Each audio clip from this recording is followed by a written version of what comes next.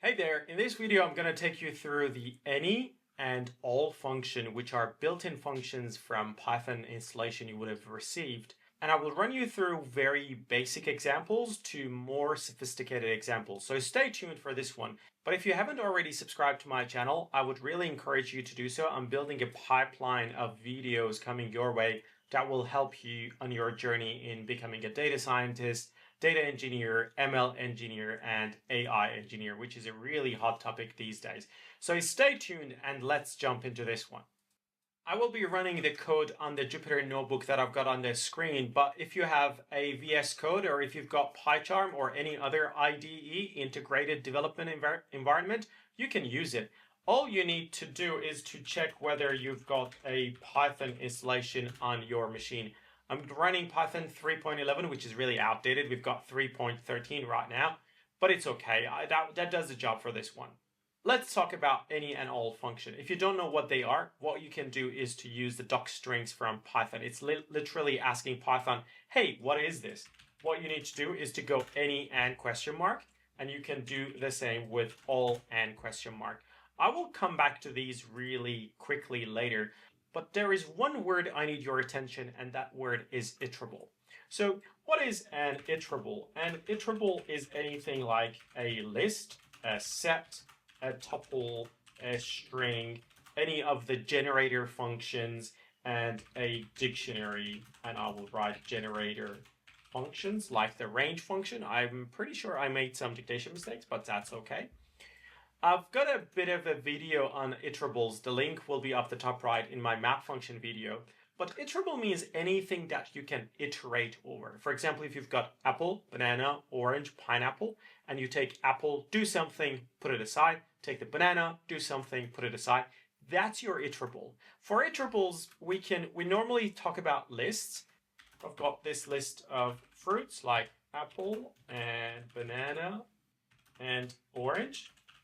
All I need to do is then to write a for loop that takes each fruit in the fruits and prints the fruit. That's the meaning of iterable. You can iterate over that. So let's keep iterables on the side, right? The reason I talked about iterables is that the any and all functions operate on iterables. So you can only use any and all on iterables, which is very important for you to understand. Now, let's talk about the any, which I would like to show it like this. The any function. It returns true if at least there is one true, right? I will come back to this. And the all function returns true if all elements are true. Any will return true if there is at least one true, and all will return true if everything is true. Otherwise, it will be false. But now I think you understand that the outcome of any of these two functions is just one thing. It's either true or false. For this fruits iterable, let's try the any function. I will say, hey, any fruits, and I will run that. It says, yep, it's true. And if I say all fruits, I will get the same, it's true. You will understand why the return is true, but all I want you to understand right now is that the outcome is only one thing. It's a true or a false.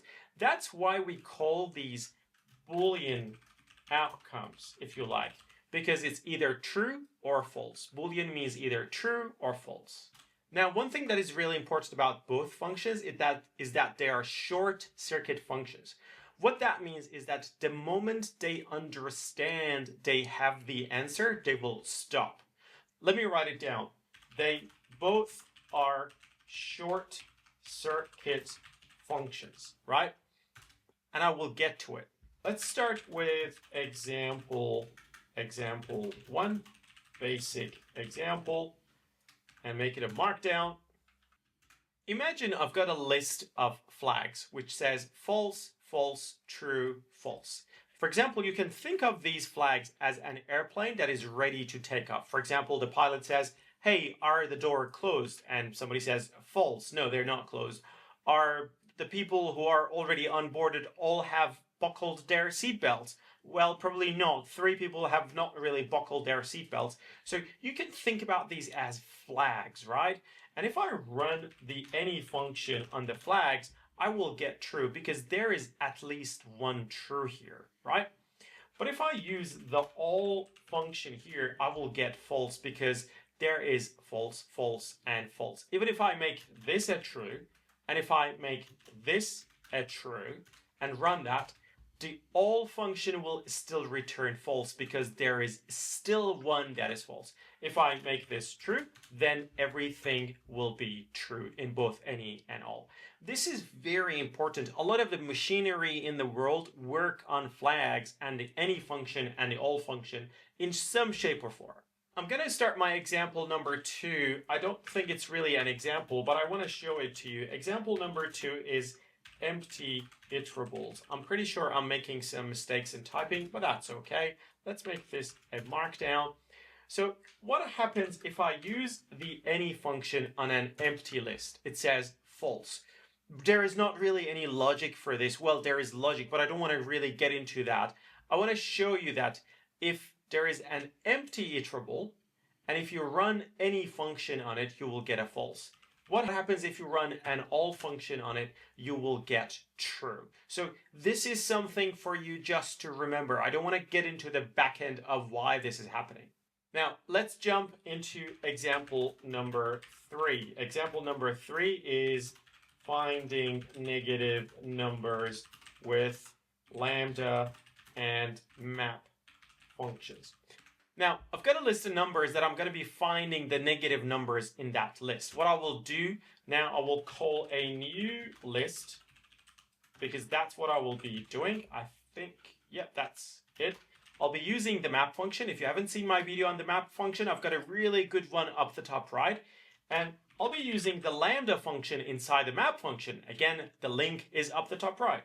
For each x, and x is any of these numbers because I'm dealing with iterables, I want to check if x is smaller than 0. It's a negative number, essentially.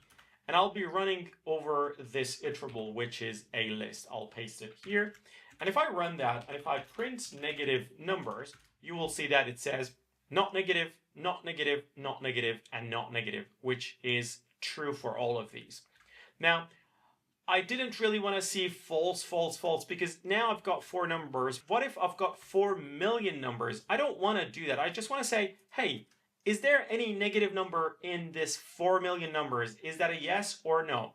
Now, all I need to do now is to check with any function on top of those negative numbers. Is there any negative number in that list? It says, no, there is no negative number in that iterable. Now this can be 4 numbers or 4 million numbers. And what if I change this list? Let me quickly copy that down below. Get rid of number 0. Now, the next check I want to do is to see if all these numbers are greater than 0. I don't want any zeros or negative numbers. All I need to do now is pretty much call a new list greater than 0 numbers. Maybe that's a really long name, but it's okay. I'll make a list of the map function using the lambda function for each x. I want to say I want all x's that are greater than 0 in this iterable. I will run that. And then once I print that greater than 0 numbers, you will see that, yep, greater than 0, greater than 0, greater than 0. And now I want to say, hey, are all of these numbers greater than 0? It says, yes, you just have got one true, which says everything is greater than 0. Now, let's move to example number 4. Example number 4, combining the any and all with filter, map, and lambda functions, which is very important and super useful. I've got a list of new numbers, which is 3, -1, 2, 0, -5, and 10. The task is to find any number greater than 5, right? That's my task. I want to check if there is any number greater than 5. So you can think of this of a data set, which is a huge data set, and you want to see, are there any people who are over the age of 65? You can do that if you want. For me to be able to do that, greater than 5, what I need to do now is to filter. If you haven't seen my video on the filter function, I've got a really good one up the top right. I want to filter using the lambda function that takes each x and takes only the ones that are greater than 5. And I'm only looking at this iterable, right? Filter is also a lazy function. I have to convert it to a list for me to be able to do this. And then print greater than 5. You will see that there is only one number which is greater than 5. Now, let's move to example number 5 because I want to use different type of iterables. Example 5 is on any or all used on strings. What I want to do now is to find any empty strings. Imagine I've got a list of some fruit. I've got apple, banana, and an empty string. Now I want to check, is there any empty string in this list? Now it is 3. It can be 300,000, and I might not be able to check every one of them. For me to be able to use the any function to find that, I know that I will be constructing something like this, right? This is what I've been told. I can use any on any iterable. But I've got a condition. The condition is there any empty strings? Let me help you to write this. Think of a for loop that you would use to iterate over this list. That would be for s in inputs. This is how you would write it. Now, get rid of that iterable and put this for loop, or the beginning of that for loop, inside the any function. I will delete this one now to make it clean.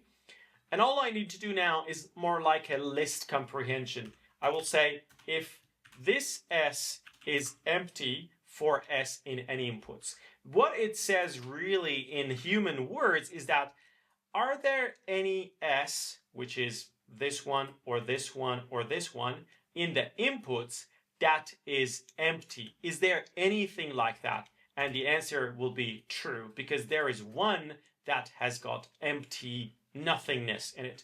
If I add a simple a here and run it again, it says, no, there is not any empty string in this list. So you can use that as a check to understand what's going on. Now, let's jump to my last example, which is very powerful. Example number 6.